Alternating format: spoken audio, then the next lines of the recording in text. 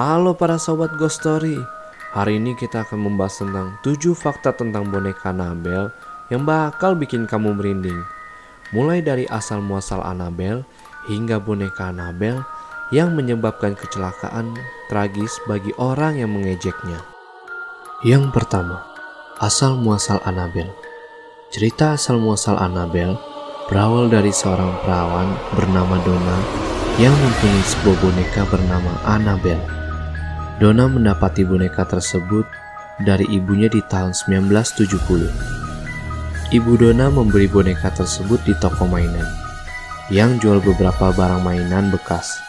Saat itu, Donna merupakan seorang mahasiswi yang tinggal di sebuah apartemen dengan temannya bernama Angie. Donna amat senang dengan boneka pemberian ibunya.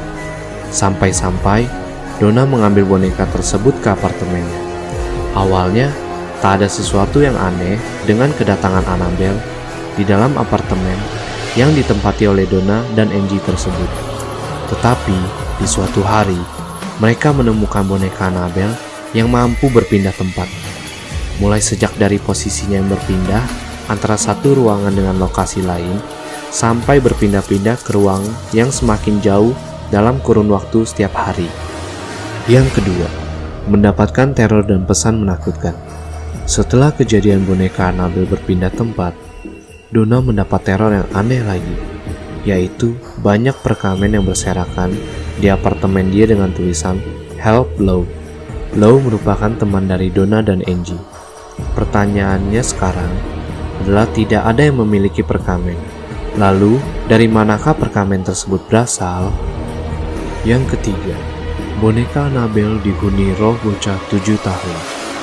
Setelah mengalami teror demi teror, Donna akhirnya memanggil paranormal terkemuka, yaitu Ed dan Lorraine. Paranormal berkata bahwa boneka itu dihuni oleh arwah anak 7 tahun bernama Annabelle Higgins yang tewas dibunuh di apartemen Donna. Paranormal itu mengatakan kalau Annabelle Higgins itu sudah nyaman hidup bersama Donna dan Angie. Yang keempat, surat yang berisi tolong Low. Masih ingat dengan surat yang berisi tolong Low? Setelah surat tersebut ditemukan, Low melaporkan bahwa dia diserang beberapa kali oleh Annabelle. Suatu malam, Low terbangun dari tidurnya karena perasaan aneh dan ngeri. Tiba-tiba Low kaget. Dia mendapati boneka Annabelle sedang memanjat kakinya, lalu ke dadanya dan mencekiknya. Akibat kejadian itu, Low pingsan.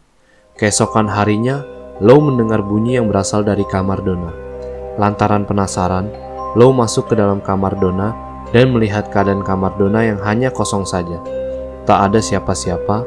Low cuma menyaksikan boneka Annabelle yang terletak di pojok lokasi. Low lalu melihat boneka tersebut dan memegangnya. Selanjutnya, Low merasakan rasa terbakar di bidang belakang lehernya dan merasa dadanya amat sangat kesakitan dikarenakan terdapat luka seperti cakar. Padahal tak ada satupun orang di dalam kamar selain Low. Sejak itu, Low yakin kalau kemampuan magis dari boneka Annabelle yang melakukan hal tersebut. Yang kelima, tujuan utama Annabelle adalah mengincar nyawa Donna. Saat Donna memanggil paranormal Ed dan Lorraine, mereka tidak hanya menemukan gadis cilik berumur 7 tahun yang hidup di boneka tersebut. Mereka menemukan bahwa setan jahat juga menggunakan boneka tersebut untuk mengincar nyawa Donna. Satu hal yang wajib kalian tahu, setan tidak akan merasuki benda yang mati. Setan hanya dapat merasuki makhluk hidup. Setan jahat tersebut juga menempel pada boneka tersebut dan memanipulasi boneka, seakan boneka tersebut dirasuki oleh setan. Ed dan Lorraine lalu memanggil pendeta untuk melakukan ritual pengusiran setan atau eksorsim. Yang keenam, boneka asli Annabelle masih ada hingga hari ini. Boneka Annabelle yang asli kini menjadi koleksi di Warren Occult Museum di Modus, Connecticut yang dikelola oleh Lorraine Warren. Annabelle kini dipajang bersama benda-benda berhantu yang dikumpulkan pasangan Warren dari kasus-kasus paranormal yang mereka selidiki. Kalau kalian berkunjung ke museum itu, kalian akan mendapati peringatan berbahaya. Jangan sentuh apapun. Di lemari tempat Annabelle tersimpan. Menurut Warren, boneka itu masih suka berulah di malam hari.